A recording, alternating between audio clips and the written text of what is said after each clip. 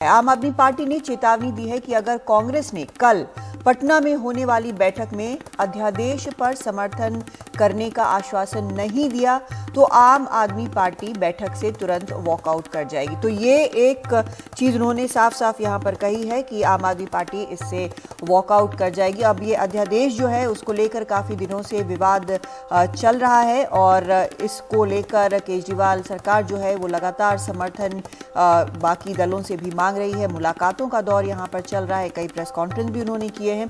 क्या है ये पूरा मसला और क्यों आम आदमी पार्टी ने ये स्टैंड लिया है और कांग्रेस का इस पर क्या स्टैंड है, ये भी जानना जरूरी है। मनोरंजन भारती हमारे मैनेजिंग एडिटर इस वक्त हमारे साथ हैं।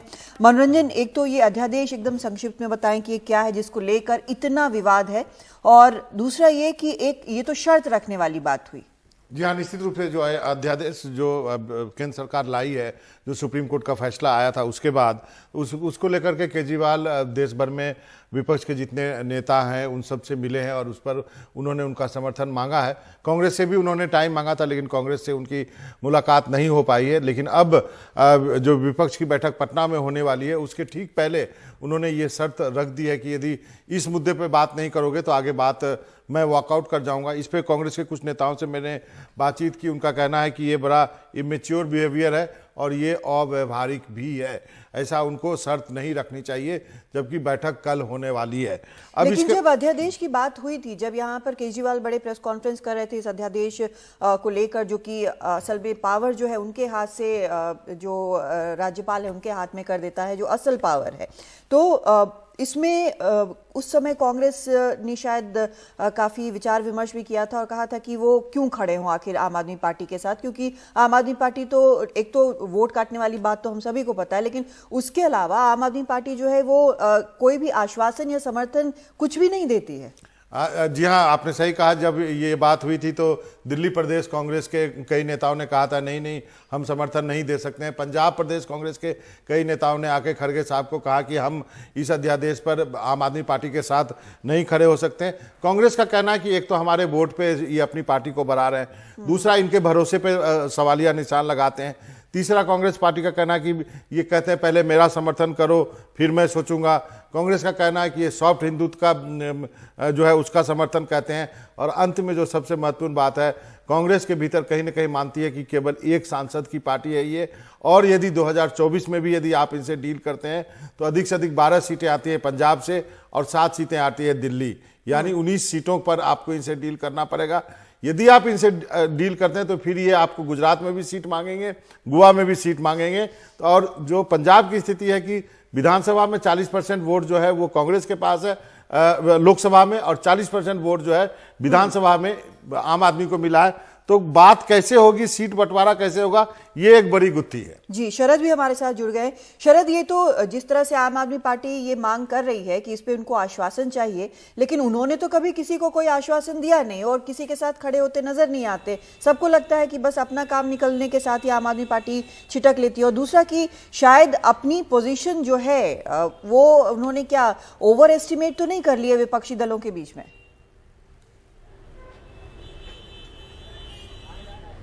देखिए, बिल्कुल ये जो आम आदमी पार्टी सूत्र बता रहे हैं, इससे पहला इंप्रेशन यही जाएगा कि क्या इस तरह से अपोजिशन यूनिटी की बात हो सकती है, या अगर इस तरह से आप अल्टीमेटम देंगे कि अगर ऐसा ना हुआ तो हम ऐसा करेंगे, तो क्या इस तरह की से बात हो सकती है, या फिर आप साथ में बैठ सकते हैं। ये सवाल हमने ज़रूर आम आदमी पार्टी में जो नेता हैं उनसे बात की, तो सूत्रों का ये कहना है कि केवल आज की बात नहीं है बल्कि पिछले कुछ दिनों से ये जो घटनाक्रम चल रहा है इसी की वजह से आम आदमी पार्टी को जो है सामने आना पड़ा है। सबसे पहले हम ये देख रहे थे कि केवल कांग्रेस के दिल्ली और पंजाब के नेता आम आदमी पार्टी पर अटैक कर रहे थे, लेकिन उसके बाद आम आदमी पार्टी भी मैदान में उतरी और कांग्रेस पर मैनिफेस्टो चुराने का, उनके आइडिया चुराने का आरोप लगाने लग गए। उसके बाद कल चिट्ठी लिखी है अरविंद केजरीवाल ने विपक्ष के सभी नेताओं को कि सबसे पहला मुद्दा अध्यादेश होना चाहिए और उस पर सभी पार्टियां जो है अपना स्टैंड क्लियर करें, तो इस पर सबसे पहले चर्चा होनी चाहिए। जी तो शरद, आम आदमी आपको पार्टी के रोकेंगे सूत्र एक बता रहे हैं मिनट कि यहाँ ये पर। शरद, इसलिए भी आपको एक हुआ है। मिनट रोकेंगे यहाँ पर। प्रियंका कक्कड़ है हमारे साथ, प्रवक्ता है आम आदमी पार्टी की। प्रियंका कक्कड़ जी, जो यहाँ पर शर्त रखी है आम आदमी पार्टी ने, आपको लगता है कि जो ऑपोजिशन है, जो विपक्षी एकता की बात हो रही है, कई नेताओं से मिले भी हैं अरविंद केजरीवाल, क्या ये आपको लगता नहीं है कि एक तरह से डैमेजिंग भी हो सकता है आम आदमी पार्टी के लिए? शर्मा, पहले तो बहुत ही सरप्राइजिंग है कि अब तक कांग्रेस का कोई स्टैंड नहीं आया है एक अनकॉन्स्टिट्यूशनल ऑर्डिनेंस को लेकर, एक ऑब्नॉक्शियस ऑर्डिनेंस को लेकर। इतना वक्त क्यों लग रहा है, ये तो उनको पता ही है कि कॉन्स्टिट्यूशन बेंच के ऑर्डर को पलटा गया है। ऑर्डिनेंस ने कॉन्स्टिट्यूशन बेंच के ऑर्डर को पलटा है, मतलब कि कॉन्स्टिट्यूशन को पलटा है। ये पॉसिबल नहीं है, ये अनकॉन्स्टिट्यूशनल है। तो सबसे पहले तो कांग्रेस को अपना स्टैंड क्लियर करना चाहिए, इसमें कोई दो राहें नहीं है। और we have learn through reliable sources कि कांग्रेस का प्लान है कि पार्लियामेंट में वो वॉकआउट करेंगे जब इस अनकॉन्स्टिट्यूशनल ऑर्डिनेंस को रखा जाएगा। तो कांग्रेस के लिए बहुत इंपॉर्टेंट हो जाता है स्टैंड प्रूव करना। जहां तक वॉकआउट की बात है पर आम आदमी पार्टी लीडर्स, वो हमारे लीडर्स अटेंड करेंगे मीटिंग कल, और मुझे इस बारे में जानकारी नहीं है। तो प्रियंका जी, लेकिन जो जिस तरह के आश्वासन की आप बात कर रही हैं, आम आदमी पार्टी जिस आश्वासन की बात कर रही है और कह रही है कि हम वॉकआउट कर जाएंगे, और दूसरी तरफ विपक्षी एकता की भी बात है और विपक्ष को भी उम्मीद होगी कि सभी विपक्षी पार्टी एक साथ आए, तो दोनों में तो कहीं भी कोई सामंजस्य नजर नहीं आता है। ये तो बिल्कुल चिकन एंड एग सिचुएशन हो जाता है। नहीं, चिकन एंड एग सिचुएशन नहीं। वॉकआउट की जहां तक बात है, मैं रिपीट कर रही हूँ कि I am not aware. The meeting will be attended by our top leaders and वो उनका ही डिसीजन रहेगा, उस पर मैं कमेंट नहीं कर सकती। बट कांग्रेस को अपना स्टैंड क्लियर करना चाहिए एक अनकॉन्स्टिट्यूशनल ऑर्डिनेंस को लेकर, जो बहुत पेटेंटली इलीगल है। और I have learn through reliable sources कि वो बीजेपी का साथ देगी और एब्सटेन करेगी वोटिंग से पार्लियामेंट में जब इसको पेश किया जाएगा राज्यसभा में। जी शुक्रिया आपका प्रियंका कक्कड़ जी हमसे बात करने के लिए। और शरद हमारे साथ बने हुए हैं। मनोरंजन, आप कुछ कहना चाह रहे हैं? मैं ये कहना चाहता हूं कि यदि कांग्रेस वोट भी कर देना तो नंबर है नहीं, विपक्ष के पास नंबर है नहीं, तो ये एक तरह से आम आदमी पार्टी कांग्रेस को एक्सपोज करना चाहती है। बात फिर वहीं पे आ गई कि कांग्रेस को खाएगी आम आदमी पार्टी तो ग्रो करेगी।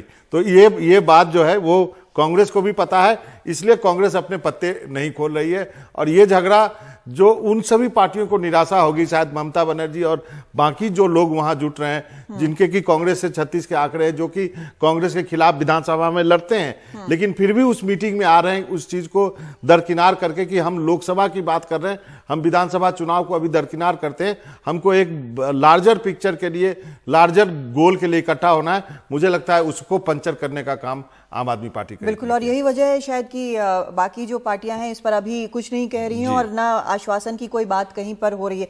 लेकिन अल्टीमेटली तो फिर इसमें आम आदमी पार्टी ही अलग थलग खड़ी नजर आती है विपक्ष में। जिस मैंने कहा ना कि कांग्रेस पार्टी अभी भी कहती है, निजी बातचीत में नेता से बात कीजिए कि हम एक सांसद वाली पार्टी से डील कर रहे हैं, और प्रोस्पेक्ट भी समझाती है कि यदि पंजाब में उनके नंबर आप जोड़ लो और यदि दिल्ली के साथ जोड़ लो तो 19 सीटों पर उनका दावा है।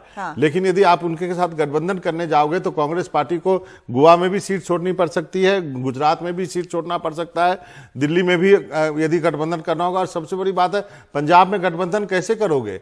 अभी ज्यादातर सांसद जो है कांग्रेस के हैं, लेकिन विधायक जो है अधिक आम आदमी पार्टी के, तो कौन से फॉर्मूले के तहत करोगे? लेकिन ये फिर जो एक विपक्षी एकता की बात होती है, यहाँ पर बाकी पार्टियां भले ही विधानसभा को छोड़कर यहाँ पर सामने आ गई हैं कि हम इस मामले में हम साथ हैं, लेकिन आम आदमी पार्टी अलग थलग है। लेकिन ये कम से कम बीजेपी को एक ये हथियार तो मिल जाता है बोलने के लिए कि विपक्षी एकता का तो ये हाल है। वो है ना, अभी जो हमने किया, कितना हकीकत कितना फसाना, एक तो ये बात है। दूसरा जो मायावती ने ट्वीट करा है कि दिल भले ना मिले, मिले हाथ मिलाना जरूरी है।